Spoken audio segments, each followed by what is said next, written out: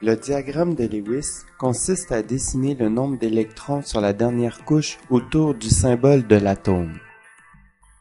Voici quelques règles pour commencer.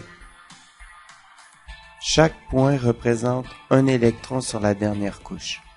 On peut placer maximum 8 électrons. Il faut toujours placer 4 électrons seuls avant de les doubler. Passons à des exemples. Supposons l'élément hydrogène dont le symbole est H. Afin de tracer le diagramme de Lewis, consultons le tableau périodique. L'élément hydrogène se trouve dans la première case en haut à gauche du tableau périodique. Il fait partie de la famille 1A, c'est-à-dire qu'il a un électron sur sa dernière couche. Comme l'hydrogène possède un électron sur sa dernière couche, nous allons tracer un point autour de son symbole. On aurait pu mettre le point aussi à ces endroits.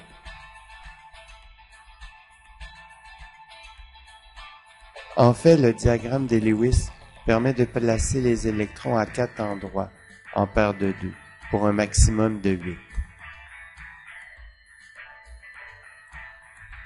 L'élément sodium Na et l'élément potassium K sont tous les deux dans la famille 1A.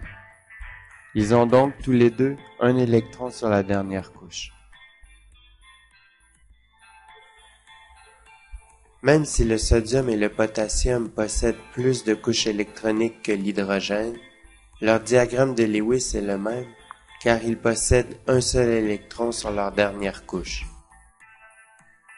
L'élément magnésium et l'élément calcium ont eux 2 électrons sur leur dernière couche, c'est-à-dire 2 électrons de valence. On trace 2 points autour du symbole du magnésium pour faire son diagramme de Lewis. On aurait pu placer les électrons différemment encore une fois, comme par exemple le calcium qui lui aussi possède 2 électrons de valence.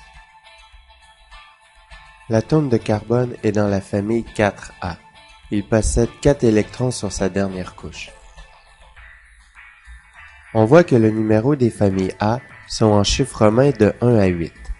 Pour ces éléments, il suffit de consulter le numéro de la famille et de tracer le nombre d'électrons correspondants. Il faut donc placer 4 points car le carbone possède 4 électrons de valence. Important ici de suivre la règle et de bien placer les 4 électrons seuls avant de les doubler. Continuons les exemples avec l'azote et le phosphore. Tous deux font partie de la famille 5A, ils ont donc 5 électrons sur leur dernière couche. Il faut donc placer cette fois 5 points autour du symbole de l'atome. Les 4 points individuels plus le 5e.